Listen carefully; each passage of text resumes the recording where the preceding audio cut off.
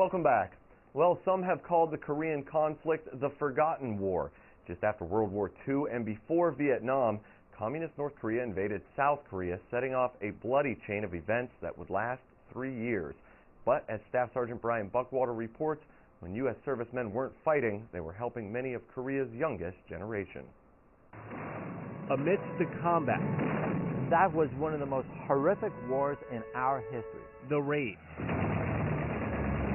The amount of destruction.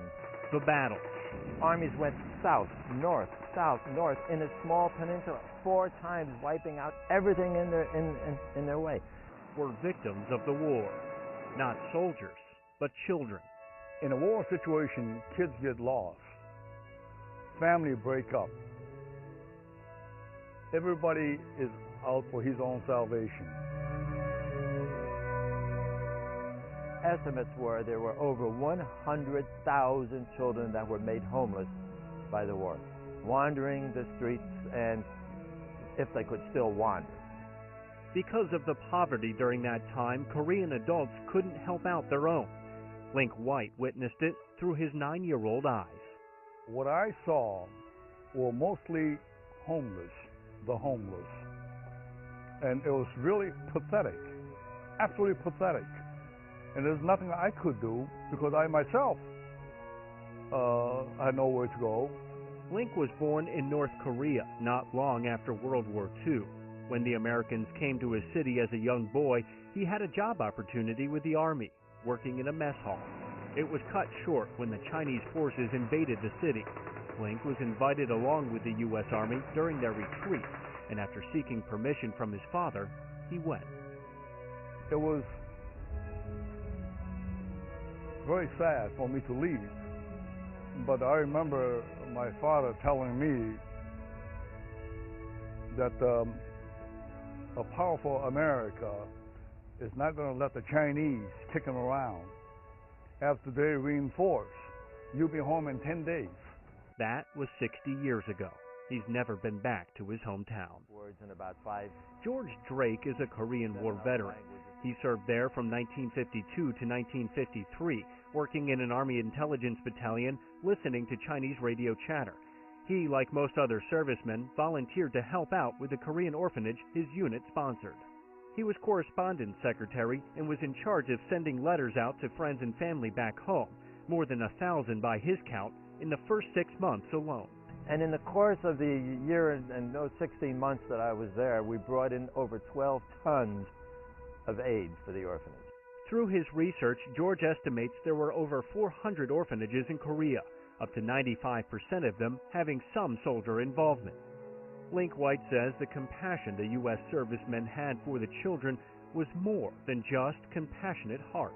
Because of all the crap that I went through during the war, real challenging, tough times, and the GIs of the Depression in World War II, all the tough times that they went through, there is that common bond there.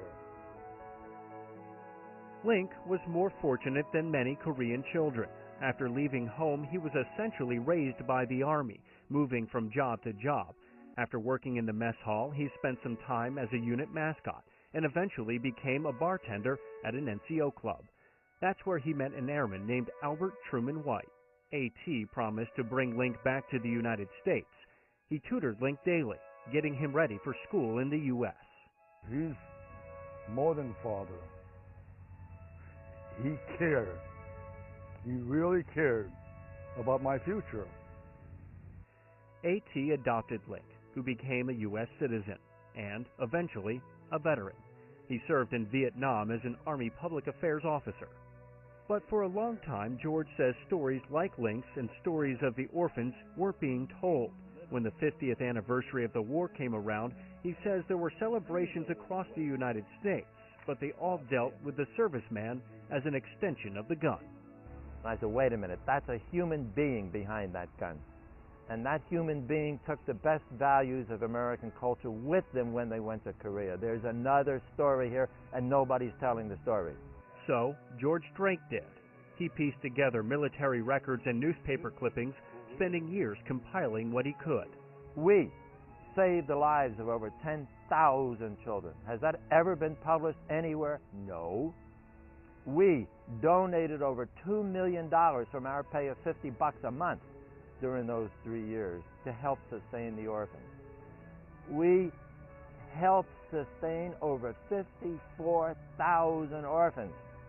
His research not only led to telling the story, his efforts led to the creation of the Korean War Children's Memorial in Bellingham, Washington. Link, who has published an autobiography, spoke at the memorial's dedication. Many Korean children's lives were saved through orphanages in the compassion of U.S. soldiers, but many weren't. George Drake is currently working to place a memorial in South Korea dedicated to what he estimates are the 500,000 Korean children who died during the 3 years of the Korean War. A permanent reminder of the victims of the forgotten war.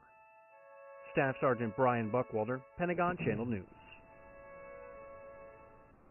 And you can head to defense.gov for more coverage on the Korean War anniversary.